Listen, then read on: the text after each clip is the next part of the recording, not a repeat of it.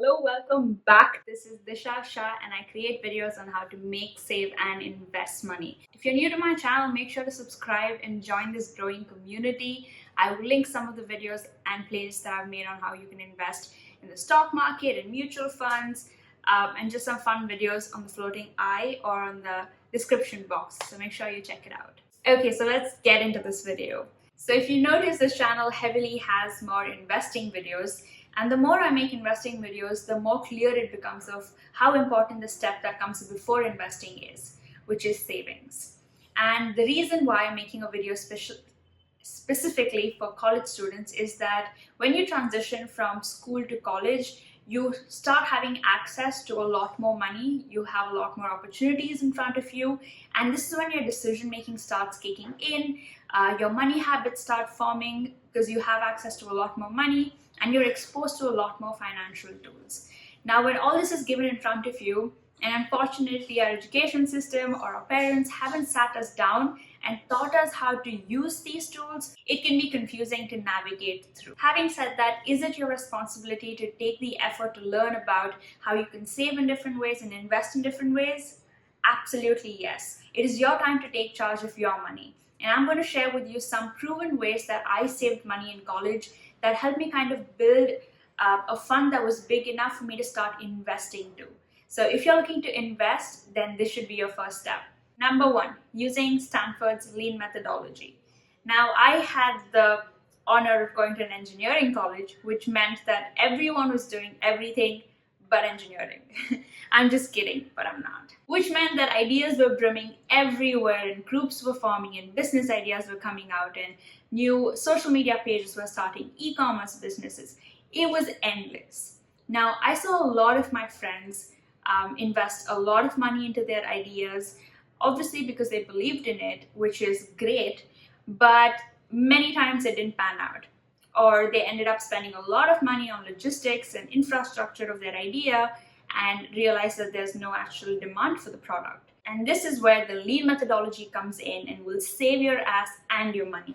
So when you're having your brilliant idea and you and your friends are huddled up and discussing it, and someone talks about putting money in, stop and think about it. Before you put your money into your idea, find out if there's a demand for the product. And you can do this using the resources that are already available to you, whether it's your friends and family, whether it's your one social media influencer friend, whether it's research, surveys. Talk to the people that will actually be your customers. Try to build something with the materials or the people that are around you before you put your money in. And if you think your product is working and your business idea is picking up, then you can think about putting your money in. I have seen so many people lose so much money through college because they put the money in too soon. Now, there's a lot more to the lean methodology, and you can get all the information about it in the book, The Lean Startup. I will leave the link to it in the description box. It is not very expensive and a great investment if you are someone who's constantly thinking of ideas and wants to make it as an entrepreneur. So check it out. My second golden rule is a penny saved is a penny earned. Now, growing up, I had heard my mom tell this multiple times, and I took it to my heart and quite literally put it to use in my college. So in my college, I got a separate savings account. So I did a lot of side hustles in college, was constantly making some money or the other, and I wanted to kind of keep my savings separate from my expenditure. Now, this is an extra step for sure, but I think it makes the world of a difference for you to actually see your money grow there. It's very motivating. So this is how it worked. Every time I decided that I wanted to eat out from Swiggy or Zomato, I would put everything in my cart that I wanted to order and see how much it costed. Say that the bill was coming up to 300 or 400 rupees. And then I decided to not eat outside and save money, and I ate at home. I would transfer that amount that I was going to spend on my Swiggy or Zomato order into my savings account. You get it? So every time I consciously saved money, I acted like I spent the money but transferred it to my savings account. I did this all the time, whether it was going out with friends, say there was a party that was happening on Friday, but I ended up canceling. On an average, I would spend 500 to 1,000 rupees that night. I would put that in my savings account. Say that I was planning to go on a trip and I saved up 3,000 to 5,000 for it, but ended up not going on the trip, put in my savings account. What this system does is that it encourages you to adopt a savings mindset. Normally, if you had to kind of save money, you would always think, what will one dine out do? What will one Swiggy order do? What will one trip do to my savings? But when you kind of see those small amounts adding up on the things that you would have frivolously spent, you really know the difference that every conscious savings decision makes. This is also a great way for you to practice making money decisions. I always tell this: budgeting, minimalism, savings, investing. It's not about cutting back on the pleasures of life, but it's about prioritizing. It's not about the one dine out, but it's about my goal of traveling the world that I'm saving for. So when you put that on a scale, traveling the world for me takes a much higher pedestal than eating out once, you know?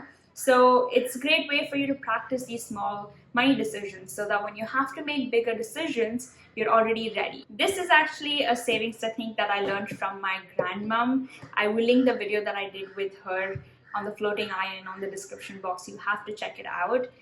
She always did this, and she did this at a much smaller scale. Just say that she bought vegetables and she was coming home and she walked home instead of taking the auto. She'd go home and put 10 rupees aside, saying, okay, I would have spent this on auto, but I didn't. If she takes the bus instead of auto, same, the difference she would put it in. If her house help didn't come that day and she would cut her salary and she worked that day, she would assume that I would have given her this money if she came and put that money aside. And without knowing, mindlessly, you end up saving so much money. It's quite baffling. So make sure you try this out. It has really worked for me. It doesn't matter if you get a separate savings account or not. You can do it with a piggy bank at home. You can just have a separate FD that you're putting money into, or a liquid fund, anything. Basically, just have a separate place where you can see this grow so that you know for yourself how effective this method is. My third golden rule is to find joy in simplicity. Now, I don't want to sound like I'm preaching, but I know that college life can be extremely demanding. There's a lot of peer pressure. You want to make great friends and memories, and sometimes it feels like it always comes at a cost. And over the years, I have realized that there's so many things to explore and so many experiences that don't really cost that much. If you're living in a city that has a beach, great museums, great parks, libraries, grab your friends and have these experiences. Explore the city you're in. Most of the time, these experiences cost nothing but add so much value to your life, and the memories seem so much more precious because there's no added guilt of the fact that you've spent so much on them. College can also be a tough time because partying can cost a lot of money. And I encourage you to kind of have these conversations among your friends. When it is affordable and it makes sense, go for it. No one's stopping you. But if there are times where you have a different priority, a different money goal than this, then make sure you have friends that you can have open conversations with. Maybe instead of a night out, have a night in, do the same things, have a karaoke night, have a games night. There's so many fun things you can do. So surround yourself with people who are comfortable in having these conversations, who respect your goals and are still willing to spend the same amount of time with you, create the same kind of precious memories without kind of having this pressure of spending money. The fourth thing I want to talk about is spending money on fast fashion, brands, just in general, your outlook. I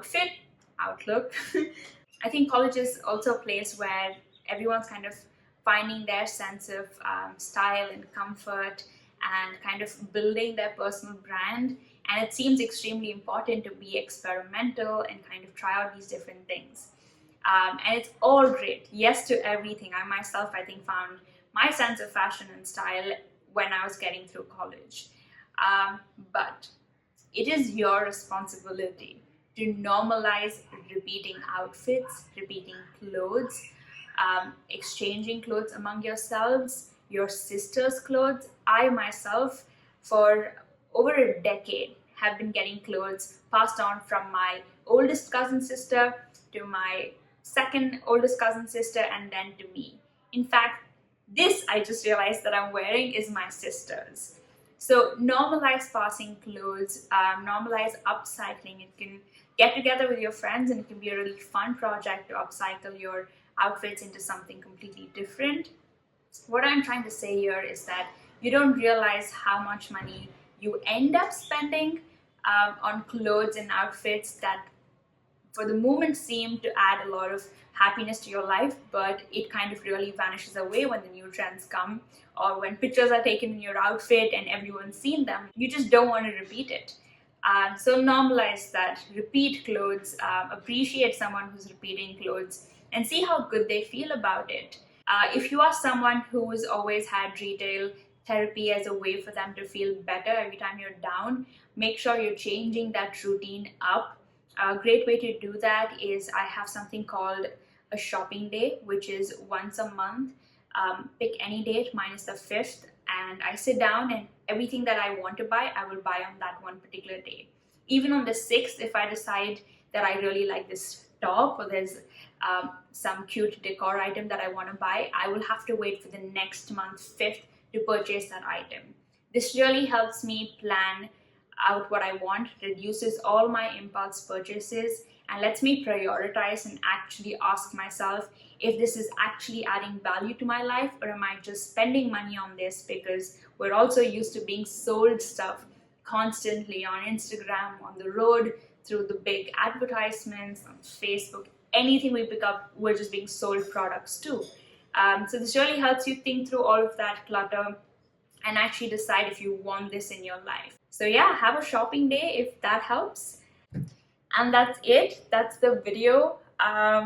I've been through college and know how demanding it can get sometimes in order for you to feel like you have to spend money to kind of live that college life, but you really don't have to. In fact, when you normalize it for yourself, you will be helping so many kids around you feel happy and safe and still make memories without having the guilt of spending so much money. And these things have helped me save tremendous amounts of money that now let me invest in crypto, in stocks and mutual funds, and start creating wealth for my future so I don't have to slog my years until I die. And it's a great, great feeling.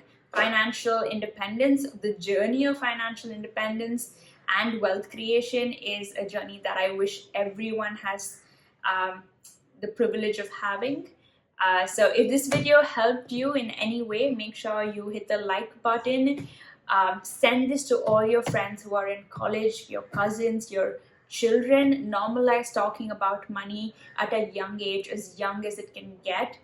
So send this to your friends. I'm sure they'll find it helpful. If you've gone through college, or if you're in college and you have any tips and tricks or just experiences you want to share, make sure you put them in the comment section down below, and I would love to read about them. That's it. If you made it till the end of the video, the highest in me recognizes the highest in you.